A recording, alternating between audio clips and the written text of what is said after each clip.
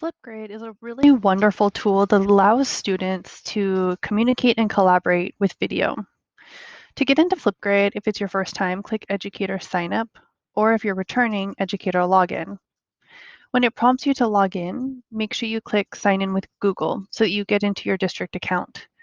If you're in your Chrome browser, also make sure that you're currently logged in with your district account. Within FlipGrid, you will probably automatically come into topics where you have individual FlipGrids. You can also group your FlipGrids into groups. I'm going to click into my test group, and we're going to go into Edit so that you can see the settings.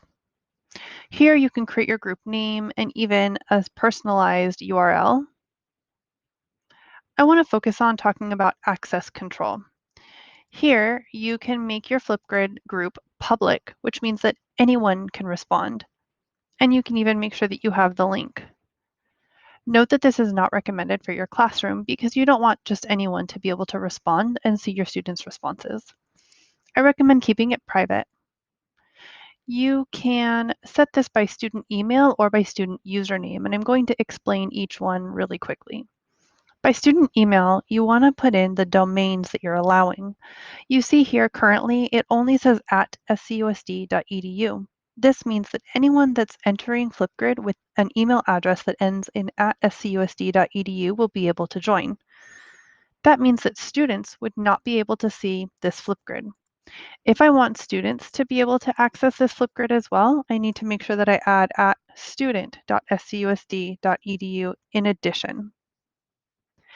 You can also require a password. If you prefer this to be even more secure, you can enter by student username. You can create an Excel spreadsheet or a CSV file with all of the students' information, including their first name, their last name, and their username. You can see here I've added my own children in this way. And the username in this case is this kind of generic username. I can always edit that. And so I can make this student's username simply her first name. Now, when she goes to FlipGrid using the code that I give her, she simply needs to enter Chloe, and she's able to access the FlipGrid. I'm going to stick with student email for now. There are additional settings that you can take a look at that can personalize this group. I'm going to update the group. What's important to note is that if you're changing the settings for your full group, it changes the settings for any FlipGrid within your group. So let's take a look at the settings for what if Minecraft was real. I'm going to click the pencil to edit this topic. And you'll notice that as I go down in the settings, it says access control and it says set custom topic access. It's currently defaulting to whatever settings I set for the group. If I want this FlipGrid to have different settings, I could check this on. It's now saying, are you sure you want to do this? Usually you want to stick with your same settings. I'm going to click continue to show you what this looks like. You'll notice that once I turn that on, it gives me that same screen. I can now make this one public, or I can make it private, and I can make it by specific username. Now, I'm actually going to turn that back off because I do want that to have the same settings as my group. And I'm going to cancel that because I don't actually want to save those changes.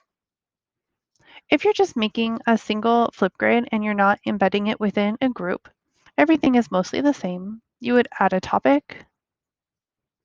You would go ahead and give it a title and the prompt. You would want to probably record a video or any other type of media. And again, here you have your access control.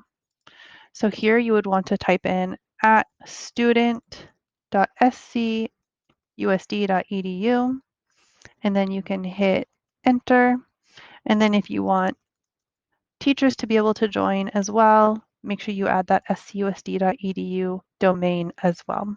And then you would simply create the topic, share the link, and it's ready to go. I hope this gets you up and running with FlipGrid.